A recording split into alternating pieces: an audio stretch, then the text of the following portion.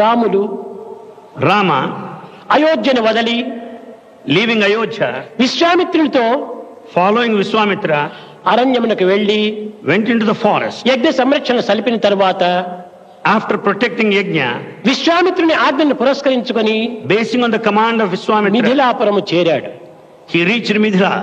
ఈ మిథిలాపురమునందు In that city of Mithila, శివధనుస్సును taking that Shiva Dhanasu, Janaka మహారాజు చేసినటువంటి యొక్క వాగ్దానమును పురస్కరించుకొని basing on the promise given by the king Janaka, సీతని ఇచ్చి కళ్యాణం చేయాలని ఆశించాడు.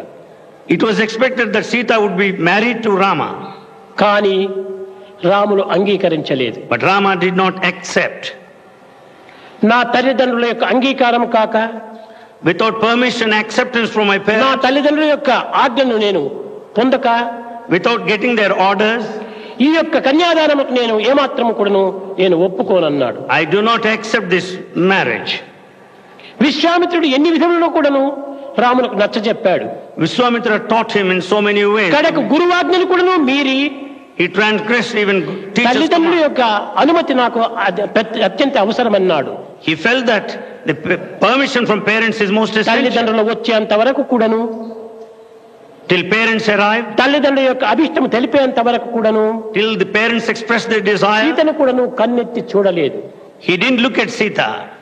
ఇట్టి మాతృభక్తి కలిగినటువంటి యొక్క శ్రీరామచంద్రుని యొక్క తత్వమును ఈనాడు దివ్యోత్తమైనటువంటి యొక్క భారతదేశమునందు విస్మరించి ఉంటున్నాం.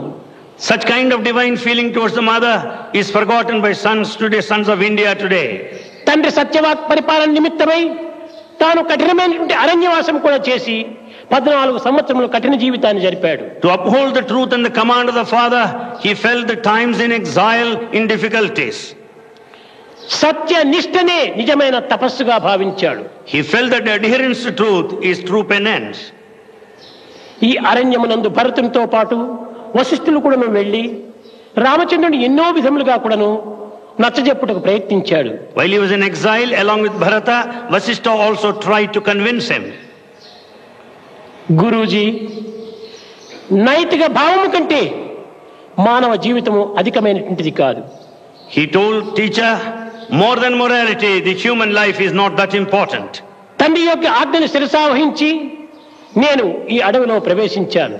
Obeying father's command, I entered the forest. ఈనాడు నేను తండ్రి ఆజ్ఞను ఉల్లంఘించి రాజ్యంలో ప్రవేశించిన నా తండ్రికి నైతిక మర్యాదను కోల్పోయినటువంటి వాడిని అవుతాను. If I disobey my father's command and get back to Ayodhya, I'll be disobedient to him. నేను ప్రాణమునైనా వీడుదును కానీ నా నైతిక విలువను నేనేమాత్రము వీడను. I am ready to sacrifice my life, but not the moral values.